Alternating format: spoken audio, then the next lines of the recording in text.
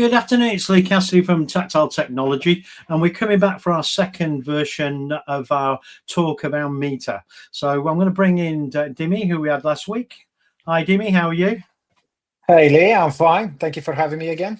No problem at all. So we're going to kick off with a bit of a recap from last week. So first of all, we talked about some of the problems and values that meter gives on if somebody went down that route, and some of the key things were around the lack of innovation. So do you want to cover that off again, just a quick summary of what we talked about last week? Yes, perfect. And again, I do appreciate that. Maybe we might repeat ourselves for some of the listeners, but I think it's quite important because this is such a big shift in the way that we've seen networks. And it does kind of remind me of my good old days when I was starting to get into cloud managed networks. That was back in 2014, 2015. And I have the same feeling, right? Back in the day, it was about how everybody wanted the CLI. Nobody could live with the UI, even if they wanted to.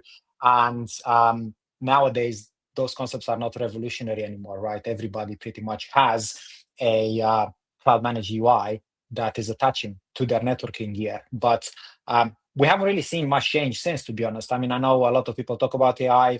I personally see the reality on the ground sometimes might be lacking set capabilities beyond the roadmap and some slides.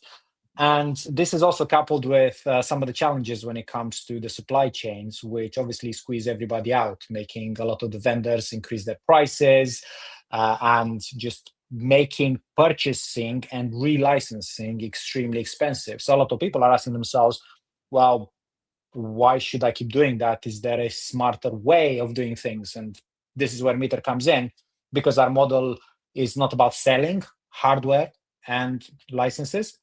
Our model is selling a whole stack of infrastructure for your LAN that is designed for your requirements. And most importantly, can also grow as well. I think one of the other things we talked about last week as well is the complexity when you've got multi-vendors in your environment as well, and ensuring things work together, because a firmware update on a firewall can stop a switch or something else functioning correctly. So that's again one of the benefits with Meter. It's an end-to-end single platform, isn't it? That's a great point. And I think maybe sometimes, obviously people are under a lot of financial pressure to deliver things as cheaply as possible. It's the reality of the world we live in. So obviously mixing and matching vendors just increases the complexity in any given aspect, right? It's not just the devices talking to each other, but what happens if something breaks? And, the reality is that although all of these are architected based on standards and should work together, it doesn't actually mean that they will work together. And one of the things that we say here at Meter is build, not bought, because again, even if vendors might have multiple types of devices on their portfolio, they're usually created via acquisition and trying to change a device from how it was working in order to align with the current company and the way that their products are architected. I think the other thing that we briefly touched on, I think you mentioned it slightly a few minutes ago, was that we're actually aligning the vendor with the customer. So, commonly there is this misalignment, isn't there, where the actual vendor wants you to buy more, wants to upscale, is always trying to drive you towards more cost, sometimes more complexity as well. Whereas from Meter's perspective, what you're trying to do is deliver the best outcome for the client. So actually both of you are working in the same direction, as opposed to opposing one another. That's a great point. I was actually just finishing a video this morning describing how although Wi-Fi 7 is ubiquitous amongst all the vendors out there, actually, in reality, probably less than 10% of devices can use it. So it's quite interesting that yes, vendors do push customers to look forward. That's actually a good idea anyways, because you don't want to be in a position where every 2 years you have to change things on the wall. But obviously, we do recognize that in most cases, customers do not actually have enough budgetary power to afford everything they want, right? So in some cases, they would compromise. A great example would be you put the latest Wi-Fi 7 access points, but the switches that they connect to are not M gig, and the uplink is just 1 gig from just one switch, right? So in that case, you still have a bottleneck and you haven't really resolved your issues. So the idea of meter is, we are scoping your network, but the network actually grows. So we're introducing Wi-Fi 7 now. Further down the line, when our Wi-Fi 8 is available, we'll slowly start pushing our customers towards that way. But we are starting with the idea that today the network is designed to meet the customer needs without any surprises further down. Okay, so today we're going to talk about more of life cycle of a deployment, and we're going to talk about how operations helps deliver that outcome. So do you want to kick off with that? So will we start at the beginning? So we've done our design layout, so looked at the requirements of the customer.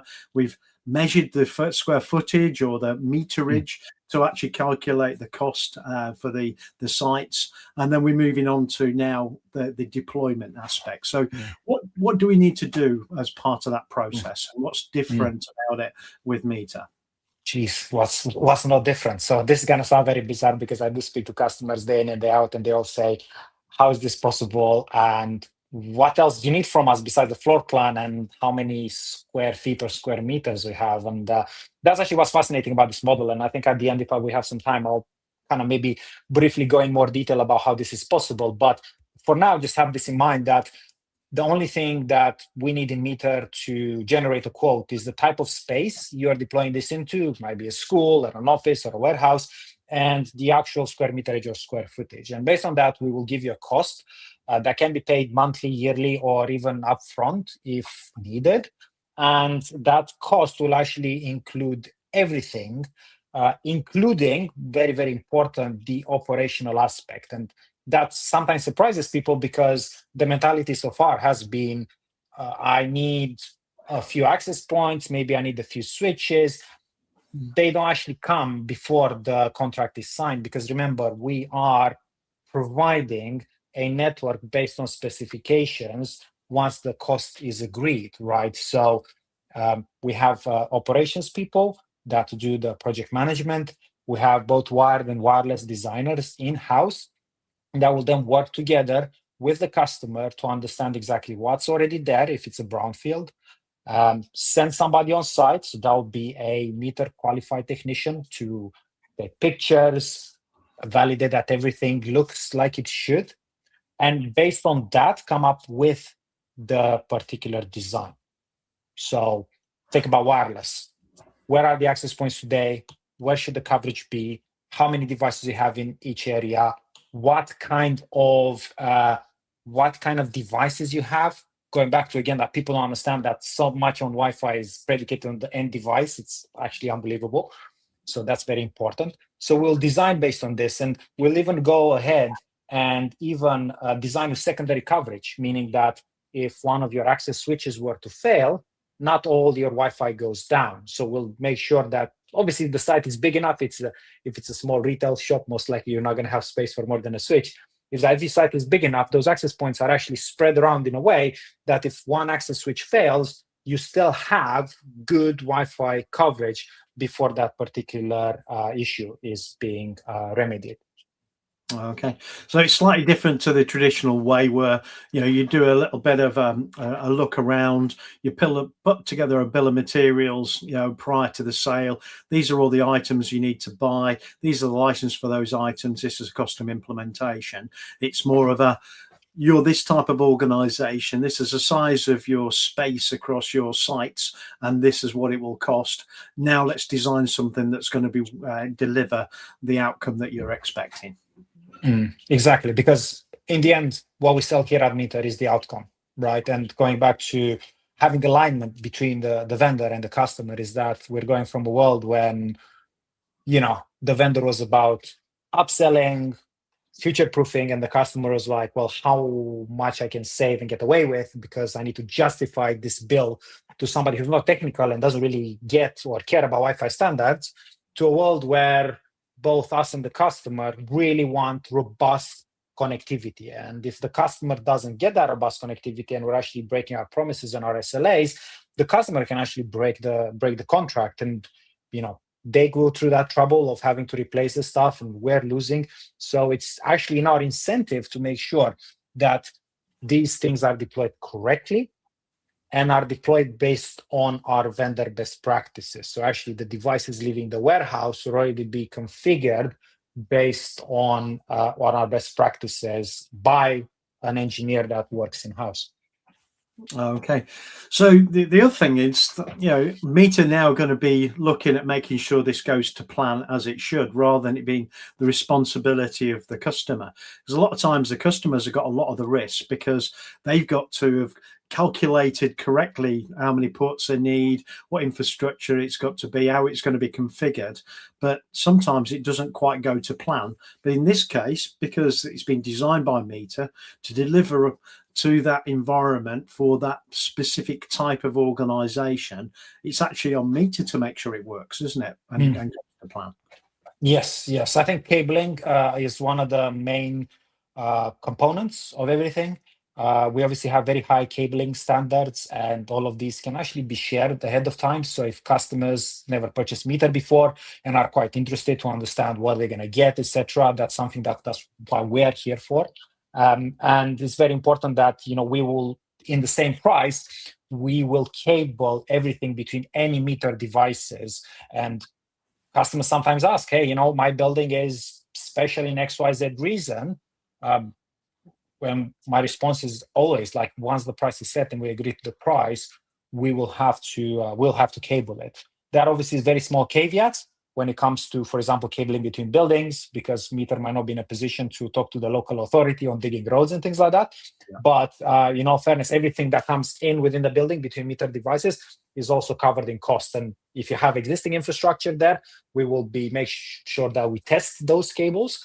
And if they are quite old, also replace them as well. Okay. So coming up at the beginning, we've had someone walk around the site and document exactly what's there, brownfield, or if it's a greenfield site, look at what the requirements are there, look at where the power is, look at the cable runs to get to wherever it is. They'll formulate a design based on that, but again, based on using best practices from Meter to make sure the outcomes are correct, and also have some onboarding calls with the customer to go through everything to make sure everybody understands what's going to be done. Yes, and everything is documented. Even after the install, our technicians are trained to perform numerous tests to make sure that when the network is finally commissioned and marked as live, that is operating as said. And the trail is there, and it always can be referenced back in case there's any sort of issues. And by the way, I know probably many of your listeners might not be super excited when licensing is mentioned. Remember that with Meter, because this is a subscription, it always starts when the site is marked live. So if you're listening to this and you have 10, 20, 30 sites, and you're always in that position that you want to sign up a new vendor, but the problem is that the license starts ticking and puts you under that pressure of deploying them quickly, all that kind of goes away, right? You can still sign those sites with Meter, get that kind of financial power and that discount that those sites bring. But if it takes you like half a year to do it, that's fine. The sites will not start ticking unless they're live. Okay. So support then. So support around in the background for configuration and also proactive support. Tell us a little about that support side. It all ties back to the SLA, and I know I keep repeating myself, but I guess that's the mantra here.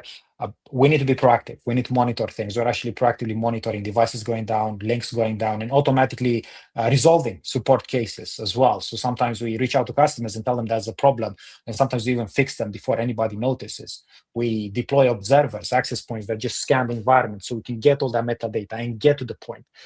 Sometimes there's even degradation, and the access point automatically starts doing packet captures because maybe tomorrow somebody's going to notice it, and our engineers actually know exactly what happened there and then, and have the right view. So we spend a lot of time to make sure that we're on top of things. And when things go wrong, which inevitably they will go wrong, it's the real world, that we're actually able to handle them as soon as possible and restore full service. Another cool thing is that Meter support is also there for kind of advice and configuration. So if you're in a position that you don't have enough manpower at certain points to do certain changes, or you might not be sure, you can very easily raise a support case, and we're not going to have the usual pushback that you get with vendors that might not have sold you extra services on top. Okay, so we're going to give a quick product overview now. So I believe you've got a slide with some product on there. So if we cover off what we've actually got there. Nice. Well, I mean, we'll keep it simple. One of the beauties of Meter is that we actually just have a few SKUs that you can see here on the screen, and people look at this and like, all the other vendors probably have a whole manual of just the access points that they have, right? But we're not like here to upsell, so it's we don't actually need those things. Let's start with the firewall, right? A lot of people ask about the firewall. Great place to bring your circuits in. The first protection point as well, it is a next generation firewall, so it allows you to do IDS IPS, DNS security, content filtering, but also allows you to connect other sites, remote users, and even third-party sites together. We have two flavors. One is 20 gigs, the other one is 50 gigs with the interfaces to match as well. What I really like about this firewall is that as opposed to a regular firewall that is coded to act just like a Linux box and goes to a lot of trouble when a lot of packets arrive to the network interface, we're using a specific protocol called vector packet processing. And if this is something not familiar to people listening, yes, I mean, wasn't really familiar to me when I joined Meter, but it's pretty much the equivalent of, instead of using a regular airport and going through security and just pretty much going about your day like everybody else does, it's actually having your own private plane. So that means that especially when loads increase, our firewall ranges don't actually take that big of a hit when it comes to performance procedures. Then we have the switches. We have a kind of distribution switch that's just based on SFPs, and then we have 24 and 48 port access switches. The 24 port switch is PoE++ compatible, and you'll actually see that all those RJ45 copper ports, they're all multi-gig, so really match well the Wi-Fi 7 access points you see bang on in the middle.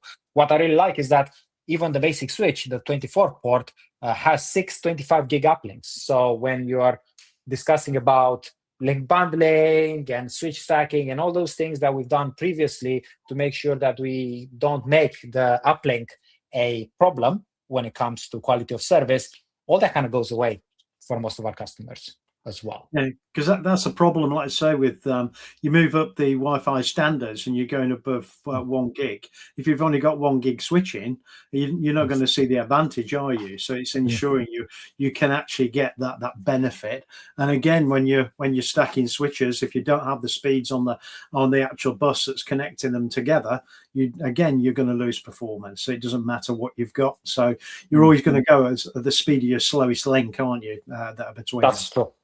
That's true. And I think for Meter, that's obviously like becomes probably the ISP link, which we're going to have some more news in the future about this. But yes, I mean, from a LAN perspective, this covers pretty much most of our customer base. And maybe in the next session, we'll talk about some of the things that are on our mind when it comes to the future. But this is today. The wireless access points, we have 2 indoor models, both of them tri-band, both of them Wi-Fi 7. One is more geared towards the hospitality because of those 4 downstream links, including one that can pass PoE. And we also have still our Wi-Fi 6 access points when it comes to outdoor deployments, if those are required.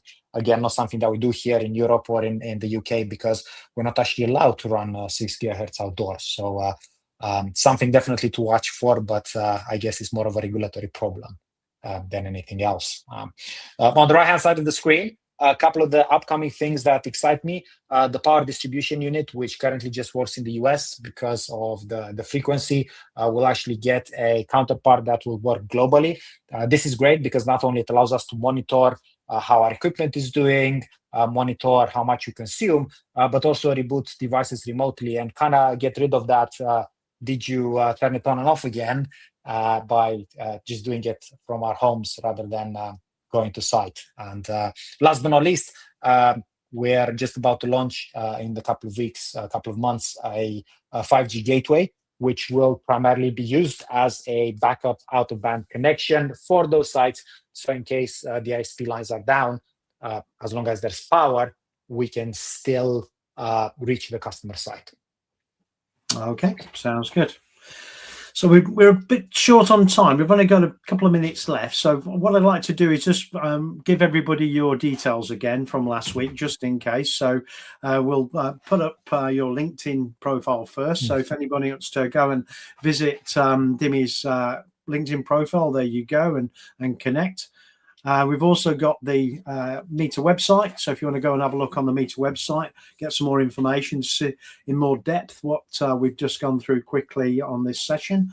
But next week, we're going to go even deeper, aren't we? We're going to talk about some of the AI capabilities, but not where we just use an AI chat just to ask some basic questions, but actually use it to utilize it for configuration or for creation of dashboards and information that we require to see on Meter infrastructure. Yes. So we're looking forward to see your comments. We do totally understand that this is a totally different way of looking at things. So if you're still scratching your head, don't worry. It's just totally normal. It's just a totally different shift of paradigm. And yes, next week we'll do a nice demo. So we're gonna show you through the dashboard. There's some of the cool things that we built, and we're gonna finish off on how we utilize AI to allow people to scale better. Sounds good. So just go back to the name. We talked about it before. This sounds like it's tied to the square footage because it's meter, but it's spelt METER, which is something that measures things. So in our usual homes, we've got a meter that measures electricity, but this is effectively delivering a utility version of networking infrastructure across all your sites, delivered on a monthly basis, not taking account of the infrastructure that's required to deliver it, just the type of organization you are and the square footage or square meterage that you've got. So a slightly different way of doing it. So we'd be very interested in speaking to anybody. So if you want to put comments against this video or contact directly Dimi or myself, we can answer some of your questions. And like I say, next week, we're going to go into more depth and give you a bit more of a feel for the difference between what we've got here and what you're doing at the moment. So thanks ever so much, Dimi, for joining us again today. If you want to hang on afterwards, and we'll just have a brief chat. But thank you very much, everyone, for joining us, and we will see you soon. Thanks, everyone. Bye.